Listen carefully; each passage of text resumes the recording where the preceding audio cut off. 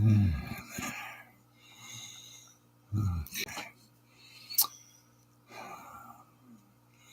Everything seems all right.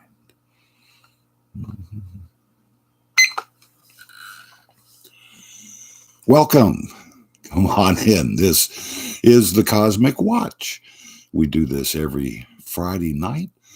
I'm Franklin, your astrologer, and we'll be opening up the chat room for subscribers for the next hour. And as always, we welcome you to join us and to be a part of the program tonight. And of course, we also we do this as a new way of being able to express ourselves. Right, things change all the time. In the chat room, we have SJ is joining us tonight. SJ, you're up first. Any questions that you have tonight, or would you rather just have me begin and turn a card for you? We are SJ saying that it's good to be here.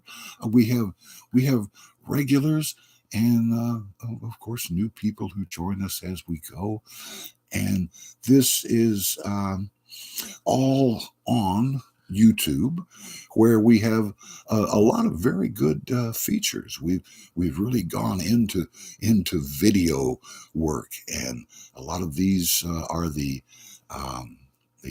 horoscopes, where we do weekly horoscopes rather than daily horoscopes. There's also the tarot card lessons, as well as the compatibility videos, where we show how different signs go together and how they can get along. SJ saying, we'll get out depression. Boy, I tell you what, we have just completed a summertime where we had a double retrograde, and this summer has been a backwards moving time. And it's the good thing about retrogrades is they give you a second chance.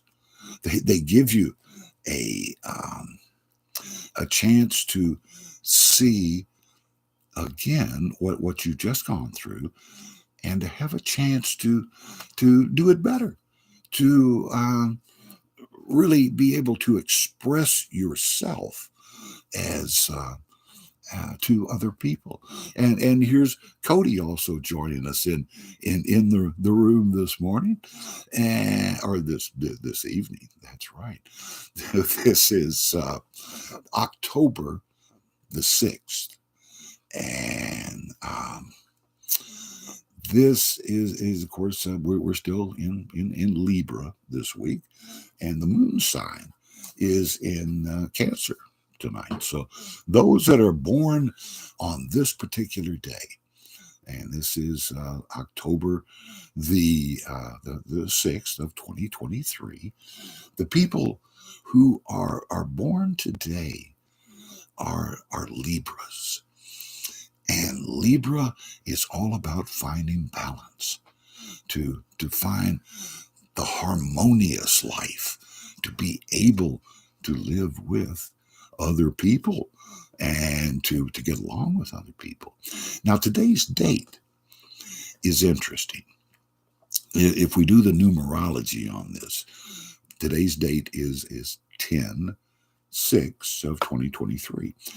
Now, when we add all of our numbers up to see where we are, who we are in particular, we always add up all of the digits of the day and the month and the year. We put those together. The only difference in numbers is when we come to the months of October, November, and December, the 10th, 11th, and 12th months. And here in those three, rather than just use the 1, plus 0 of October. October is represented as a 10. November is an 11, the 11th month, and December is 12. So if you add 10 for October, then what you're going to do is come up with a total of today's date at 23. So those born today are a 2, 3, 5. And 5 is about change, boy, adventure. Yes, it's all about balance if you're a Libra. And SJ is saying, please pull a card for me. SJ. SJ on this evening where you are right now. Ooh, you're finishing something. You're bringing something to a conclusion. That's what the death card means, is you are putting a fork in it. You're done with something. It's obviously time for this to go because you've gotten all the good out of it. And this SJ shows you that you know this, that you are ending. You have decided through your free will that you're not going to get any more good out of a situation, out of a person.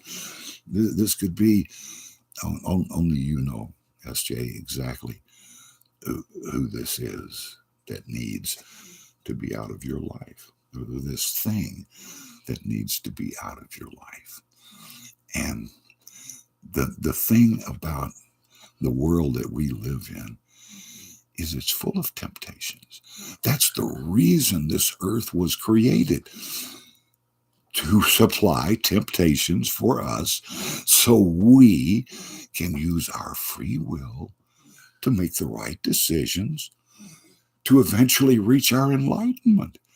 So yes, when it's time for something to go, this is one of the great lessons in life.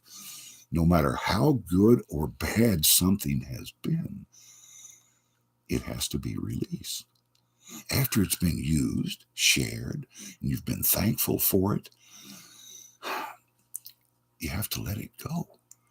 No matter what it was or who it was. There's a time, sooner or later, when you're going to have to let it go. Release is really what makes the world go round. When you try to hang on to things too long, this really causes problems. And Cody's asking how I've been this week. Well, it's been a week of change. It really has. Things have flip-flopped in the past week. What was on the bottom is now up on the top. And this is what we're really experiencing today. This 235 that we're sitting on today means that change is going to be inevitable. Change always comes. We are always evolving into what we're going to become. Cody says it's been that kind of a week for myself. The reason that we get together and discuss our horoscopes is because we all feel each of the 12 signs at different times during the year, and we need to be able to recognize these pulls, these draws that are coming upon us. Like tonight, the moon sign is in Cancer, and Cancer, of course, ruling heavenly body is the moon. So this is like a double shot of the moon being in Cancer, and each one of us getting to feel that Cancer way of feeling for everybody, wanting to save the whole world, wanting to save everyone. When the moon is in Cancer, we all feel this this need to open ourselves and to help everyone. Cody says, from Aries to Pisces season. From Aries to Pisces. That's from the first house to the last house. And there's an interconnection on the second half. See? Pisces, the last house, is actually next door connected to Aries, the first house. And this is why we study the different signs, so we can all understand the feelings of each other, the things that motivate us, the things that tempt us. And when you come right down to it, you see the angels are tempting us to be good. They're tempting you with heaven, nirvana. That's quite a temptation, right? You would do anything for that. So this is how they tempt you to be good. The same way as the fallen angels are tempting you to indulge yourself. The fallen angels tell you that there's no hope. You've already done something so evil in your life that God's not going to forgive you. So why not just go ahead and, blow it all out? And this is a lie. And this, what you have to understand about the fallen angels, is they are allowed to lie to you. They have the same mandate to push you towards your enlightenment, but they can do it in any way. They can literally push you under the bus because you're not responding to them in the way they want you to respond. Now, we all have our spirit guides. And who are these spirit guides? They are the souls, the spirits who have reached their enlightenment. Now, we find that these souls who have become enlightened do not go directly to God. It appears that no one can go to God until we all go together. And this is why the angels push us towards our enlightenment. This is why we're all trying to become enlightened. And there are those who are trying to help us, are giving us a clue as to what we ought to be doing. We all have to help each other, because we all have to be enlightened for us to get the ultimate good out of it. Cody says, for each, our sun sign, moon sign, rising sign, Venus, that and the other planets in our charts that make us up who we are. And this truly is the reason that we study astrology, the reason that we find out these things, not so much about ourselves, but about other people. When you understand other people, when you see their motivation, then you can actually be a help, and to help other people. Well, this is the reason that we're here. To the same reason that we're all sitting here in the chat room together, is we compare notes. We see what has happened to each other. We learn from each other, and it's the most wonderful thing, I think, that a human can do, is to help other humans. I mean, that truly is the reason that we're here. I used to think that the reason we had guides was because those people in the spirit world wanted to experience our emotions. And that is, I think, a part of it, that they experience the love, the hate, the power of the emotions.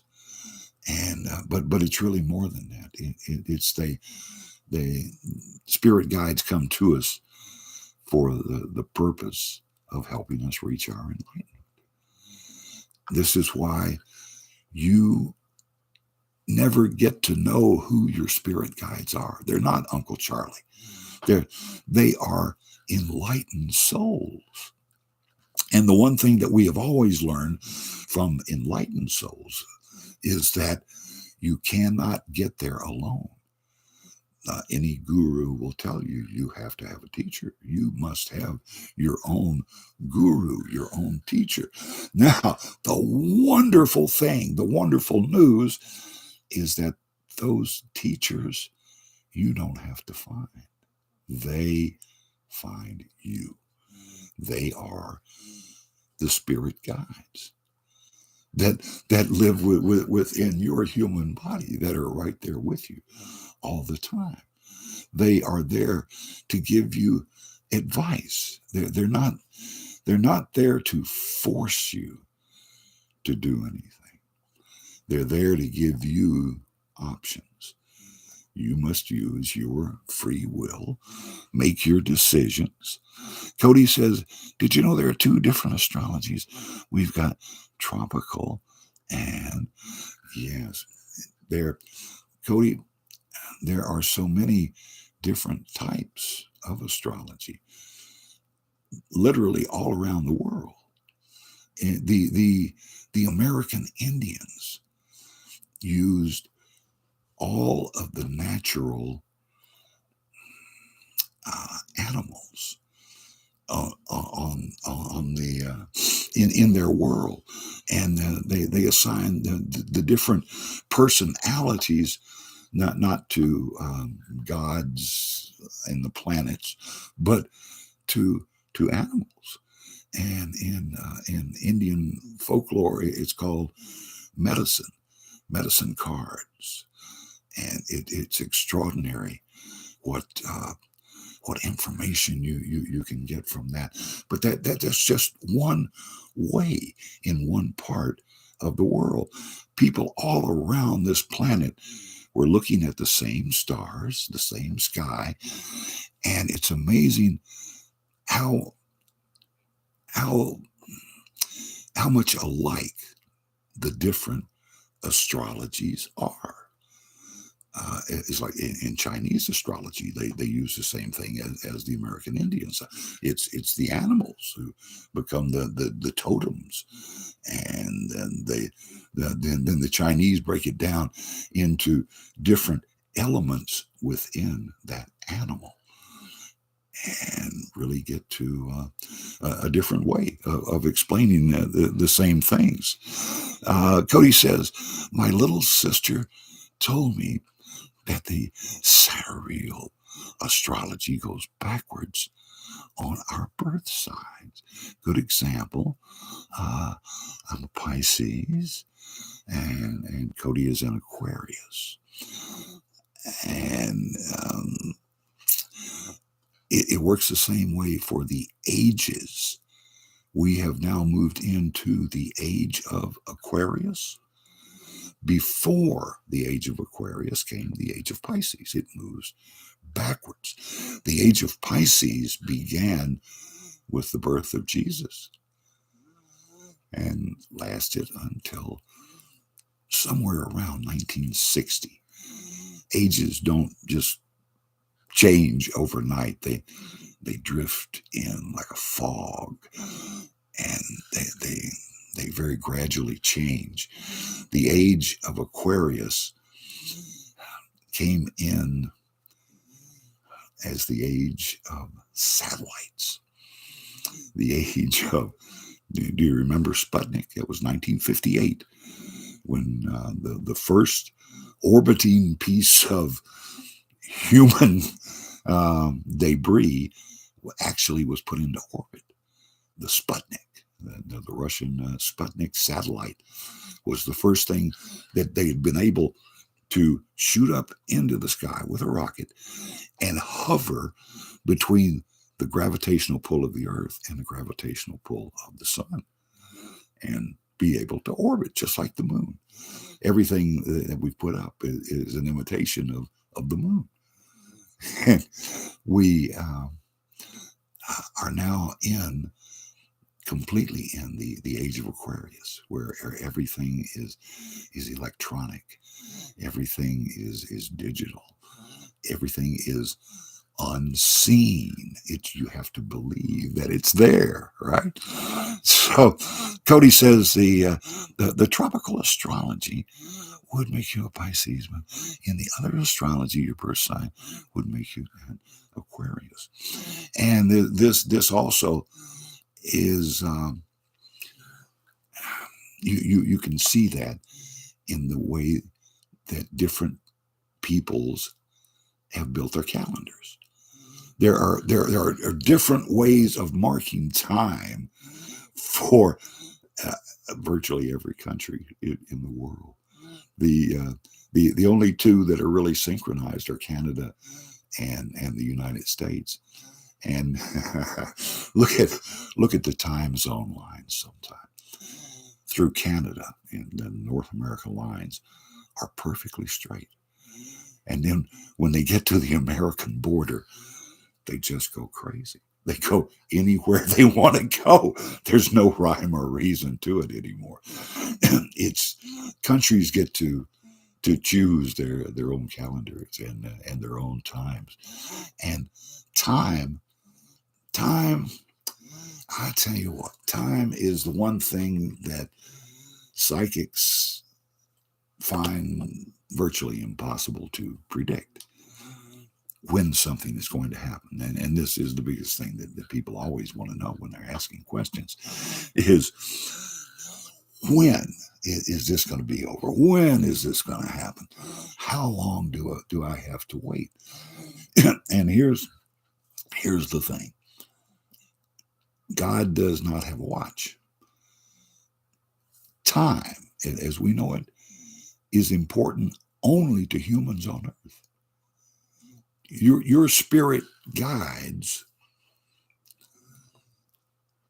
think that bringing a miracle into your next lifetime is just the same as bringing it into this lifetime. They don't have a watch. They don't mark days. They don't consider time in the way that we do. So Cody says, so in the case, I'm a fire and earth sign together. Yes, the elements are really the biggest lines that divide the different signs. You've got 3 fire, 3 earth, 3 air, and 3 water.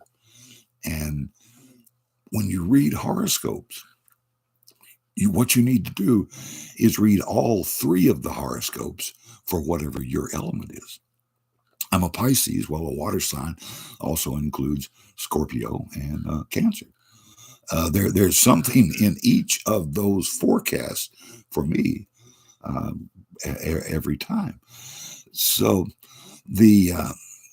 and Cody's talking about how the signs work together. Think about it. The combinations of the 4 different elements. If you combine an air sign with a fire sign, whoosh, right? You have reaction, and these people react to each other in just that way. You have a water sign and an air sign, or you might just stir up a hurricane. That one can easily stir the other. My 2 children were a fire sign and a water sign. And you talk about 2 people who can't get along, who one rains on the other's parade, and in the other sets them boiling, right? The fire sign can stir up the water sign way past manageable conditions. And so, these are things that we are born with, and the things that you really, when you're trying to choose a mate, these are conditions that really can't be overcome. Cody saying, yes, my daughter is a Scorpio. And um, Amy has, she came into this life with abandonment issues and has had to fight that her entire life. She had a former life where she was a witch who was burned at the stake. She was a spiritual person who was condemned. At that particular time, a couple of 100 years ago, there were hundreds, thousands of people all across the world were burned at the stake because people misinterpreted a line in the Bible. Never, you should never be around a witch. You never have witches. So when an event like that happens in your life, you do not get over it. You have that fear, and fear is what really motivates so many people. So much of what we do is because we're scared of things, and this is this is the reason that we all need to work together to find the mistakes that have really caused problems throughout the world. And one of the great things that happened in the very beginning is that Adam and Eve came into this world as one entity. The name Adam comes from a Hebrew word which means both sides of the coin, man and woman, together. And we see proof of this in the fact that when Adam and Eve had children, their first two children came as twins, came as two sides of the same coin. Both Cain and then Abel 3 years later, both were born with twin sisters. And this is, I think, because Adam and Eve came in together. Adam and Eve grew in the Garden of Eden. How long were they there? Well, we find out from other ages of, say, Adam, that a day in God time equals 1,000 years. In the creation that took supposedly 7 days, that was 7,000 years. Adam was promised by God that on the day he ate from the tree of life, on that same day he would die. Adam lived 930 years. A day to God is 1,000 years. Cody says, speaking to the other spirits from the past, one of my keen folks from Russia, telling the spirit of a man to speak to me. My daughter has an amazing gift for connecting to the spirits in other people's minds, to the point where they come to her, that spirit, the one that you are trying to connect with, actually comes down the phone line and appears to her in her world. And it just validates so many different things. Different people see different things. They certainly hear different things. Look at a political speech. Two people hear the same speech, but they hear two completely different things. They're affected completely differently because even though they were listening to the same thing, they both heard it differently because they think differently.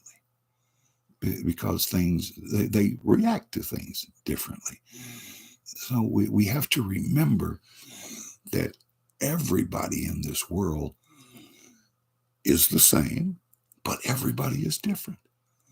Everybody has their own way of becoming the best them that they can be. That's the reason that we're here. Why are people here on this earth? It is to become enlightened. The reason that the earth was set up as nothing but temptation after temptation is to give us the guidance that we need, to learn the lessons that we need, to see that desire for your neighbors, whatever they have, it is the wrong way to go about living your life.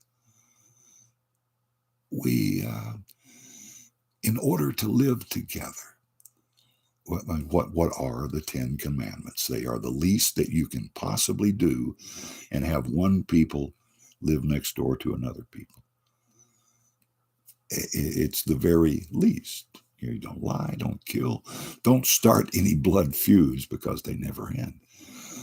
And people have such incredibly long memories. I mean, in our country, we have people who are still fighting the Civil War. 150-year-old war is so real to them that they still fly the battle flags, and it's no one ever loses a war. I mean, you can be whoever won the war gets to write who won, right? But the losers never really concede anything. They keep fighting forever. Wars go on forever. That's the terrible thing about them. Cody says, we're all here for good purposes. Good purposes. Now, see, there is the question about the fallen angels. The fallen angels,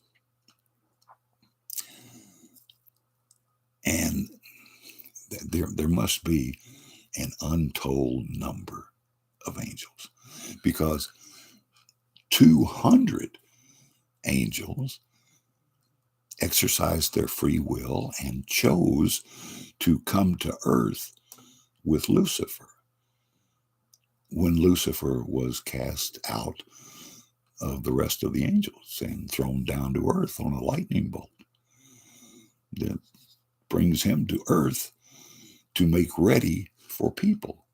Angels came first, right? So Lucifer and the 200 who chose to go with him are those who supply us with the temptations. It's endless. The fallen angels, the original temptation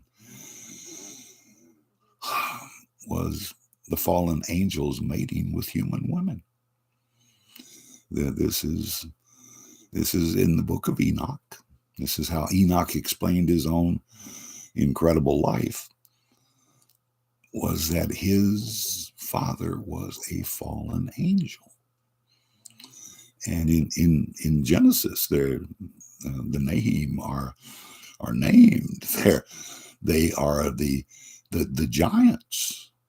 The last one of those was named Goliath. Goliath came from a small village which was populated by the descendants of the mating of humans and fallen angels. They were here on earth, and they still are the descendants of the giants. These, there are all sorts of different entities on this planet here with us. Cody says, I remember learning about Lucifer. Used to be the most beautiful angel, but then it changed. Okay. The most beautiful angel. This is a holdover that this is the snake in the Garden of Eden. Now, the snake was originally the most beautiful animal. And we're not told any more than that. For all we know, the snake was a whole different animal than we have ever known. It was the most beautiful animal. This is the reason that it was used to tempt Adam and Eve. And the temptation was to become God. Okay, so what were Adam and Eve doing in the garden? They were naming all the animals. All of the animals were brought to Adam and Eve for them to name. And this could easily mean that the animals had the gift of speech. Right? So Adam and Eve are with the animals. Adam and Eve see that the animals create life, and they see how they do it. You know, you learn when you watch others. So it was that temptation, the temptation of creating life, thus being God, the creator. Adam and Eve envied the animals because they were creating life and bringing it into the world.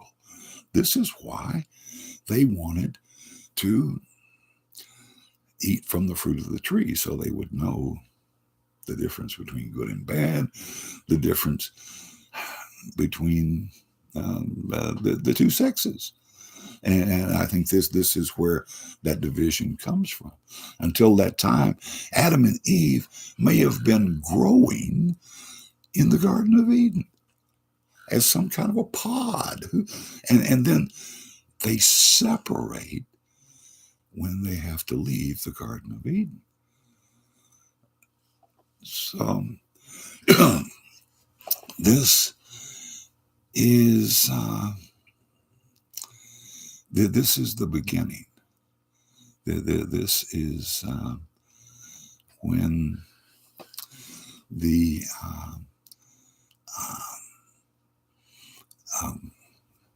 lightning bolt is also a part of the lightning bolt that brought Lucifer to earth is also the same lightning bolt that consumed the original sacrifice at the original altar that was built by Adam and Eve. So the real story is this. When Adam and Eve had to leave the Garden of Eden, the mountain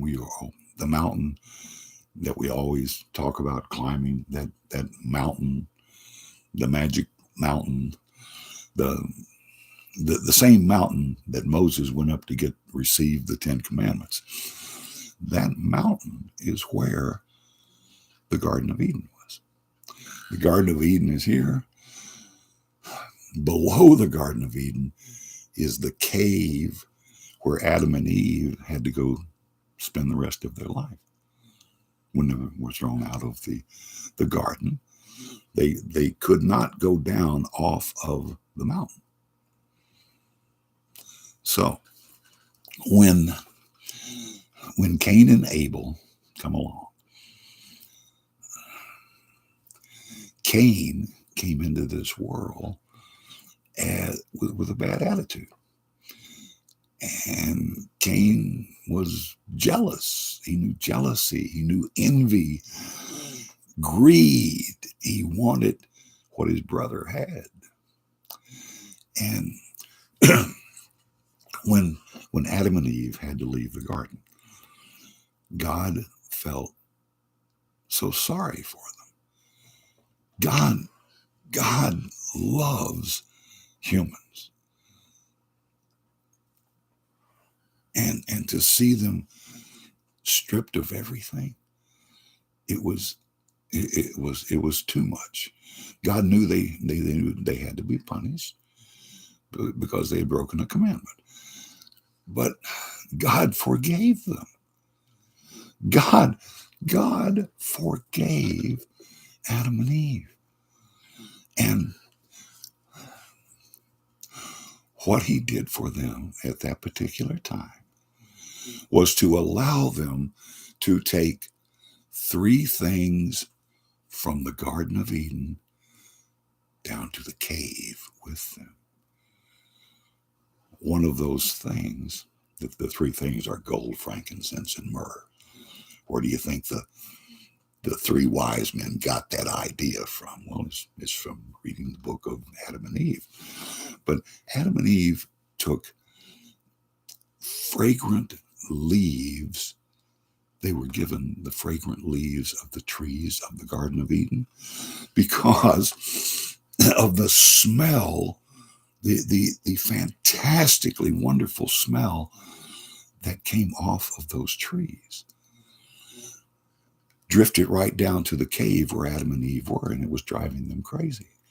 So God made them a gift of the leaves.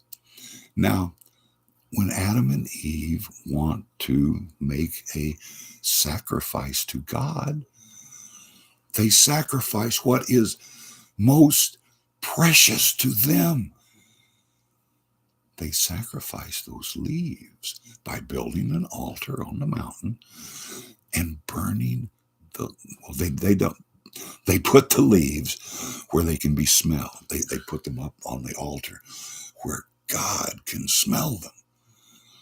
And God sends a lightning bolt down that ignites the leaves and brings out the full body of the smell, the wonderfulness of it. And it's that act that Cain and Abel are trying to recreate when they go up to the altar. Cain makes a sacrifice of the 2 smallest sheep in his herd, animals. God does not accept this. There is no lightning bolt coming down to consume those lambs. They were not accepted by God. But at the same time, Abel has built a little smaller altar off to the side and has put the best of his crop, food, what grew in the ground, like Adam and Eve grew in the Garden of Eden, maybe so. But God is telling us that food, what grows in the ground, is more precious than animals. And this is really the directive to not eat the animals. Eating animals is what slows down your enlightenment. If you're a meat eater, you will have a much slower progress towards your enlightenment. There's 3 things that will slow you down. They are eating meat, having sex, and maintaining good health. If you don't have good health, you're not going to live to a ripe old age. If you eat meat, it will take you an additional 1/3 of your life before you can reach your enlightenment. And if you are sexually active, a person who is celibate, does not eat meat, and is in good health can reach their enlightenment in only 20 years. Each one of those things you add adds 20 years. When most people, like you and I, who have grown up, my father was a grocery store butcher. You think I didn't eat meat? Those who have grown up like we have, the age of enlightenment is 60. 60 years old. When I was 58 is when my guides gave me the heart attacks to slow me down, to get me ready for the knowledge that was going to come to me when I turned 60 years old. It's so no matter what you have done, no matter if you have been the worst to yourself, that you have treated yourself badly your entire life, still at the age of 60, you can overcome all of that. You can literally be reborn. And the way to do this is by helping other people.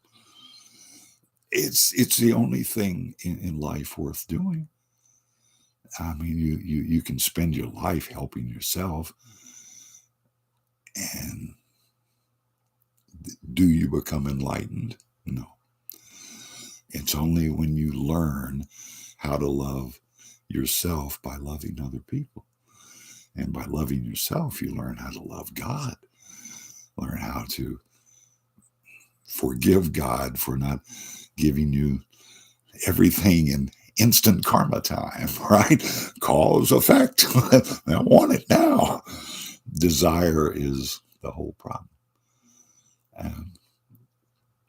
And then when you reach the point of having no desire, it is because you had such a strong desire not to have desire, and now you virtually defeat yourself.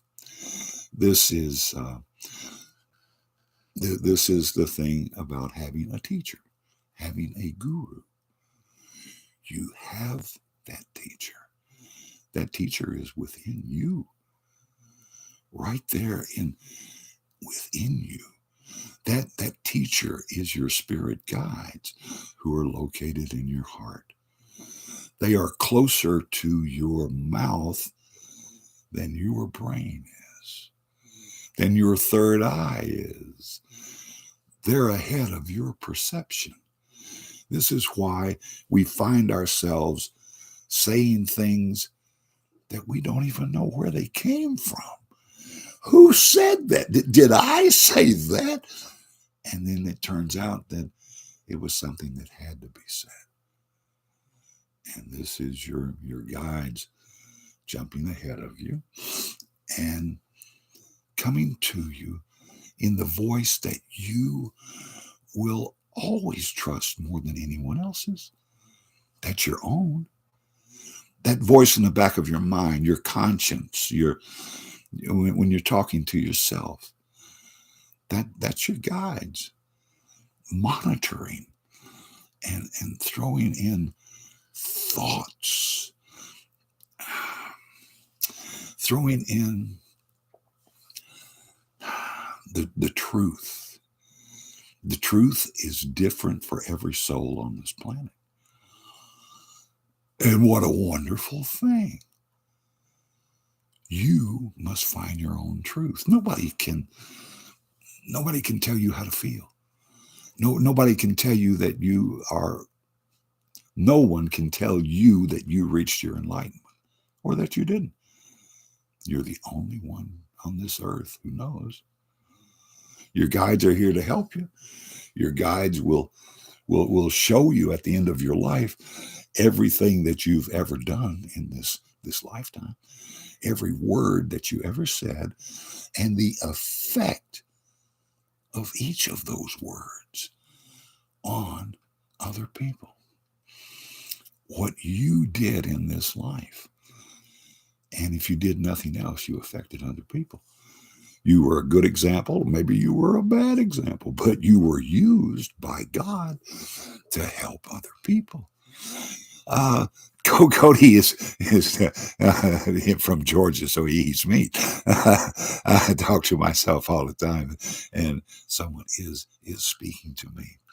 So what we have to realize is that your guides control the information that you get to experience. Your guides can put blinders on you. You can walk right past that place you were going to because you're thinking about something else. Your guides have your mind somewhere else. That place is invisible to you. You walk right past it. So our guides come to us through that voice. And they also come to us visually through visions and dreams and all the people through the ages who have had what they perceive to be an angel come to them and to give them advice, or at least let them know what God and the angels look like. So, if everybody in the world has spirits that come to them and they perceive that to be what God and the angels look like,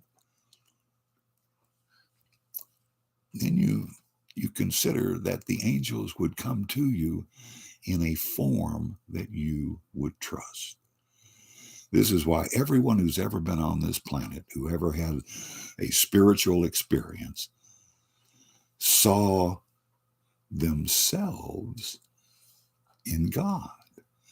They saw their gender, their race, their age mimicked. So that particular soul would believe it. Everybody's shown different things. I don't think anybody's ever shown everything.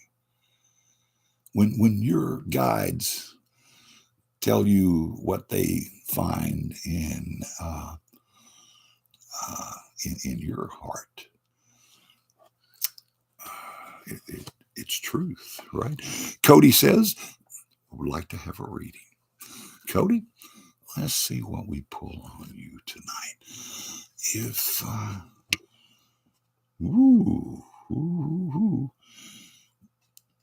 this is a change, and this is what we're looking at today. This 5 that we have today.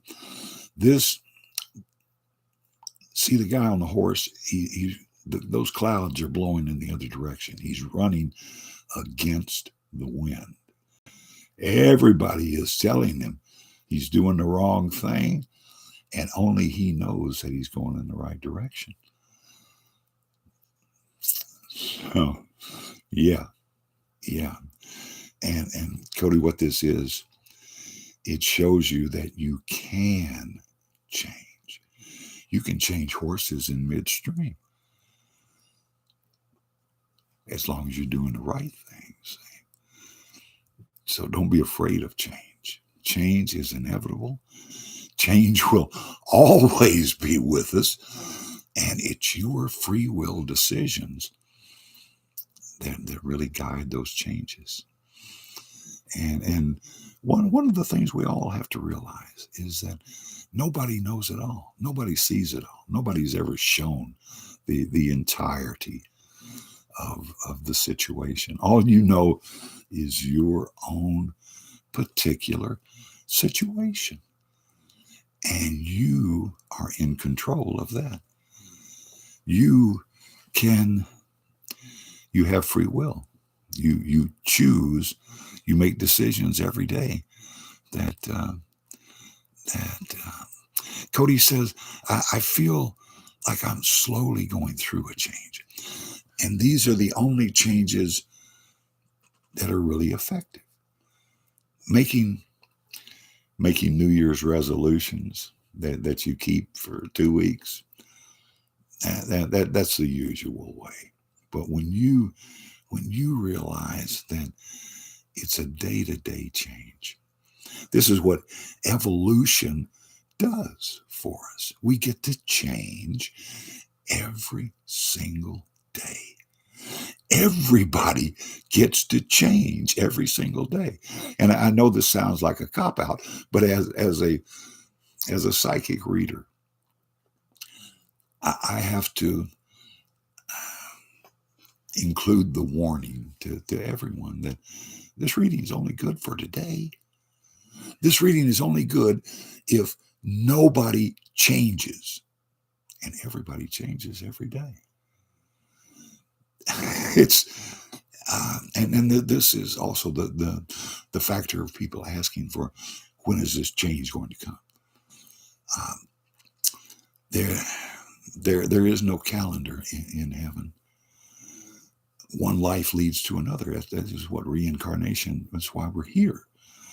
And in the spirit world's viewpoint, one life is the very same as the next life. It's just a continual birth, death, rebirth. Birth, death, rebirth. You're living through these lifetimes and getting better, getting closer to God in every lifetime. The Buddha could recall over 300 different lives led. And some of those were as animals. Animals have a soul. I think this is the big reason that we shouldn't eat animals. And I would stop if I could. Honestly, I don't know that I really could. I mean, I'm 73 years old. I can't remember a day when I didn't eat meat. But the good news is, all you're doing is postponing your enlightenment. It will come to you. You will get to see the light at the end of the tunnel. And many people, I can only guess at this, but many people must actually reach their enlightenment in the last moment of their life, right in that last instant when you're still thinking in this lifetime. Well, that is all of our time for tonight. And I would like to say thank you for all of our participants here in the chat room. Remember to hit the thumbs up button to show your support. And we will do this again for 1 hour next week. Same time, same place. I'm Franklin. I'm your astrologer. This is the Cosmic Watch. And we do thank you. And here's Lucy also joining us and saying thank you. And Cody and everyone who was with us. I really do thank you, and I appreciate everyone who gets to see this later on. And I wish you all the best. See you next time.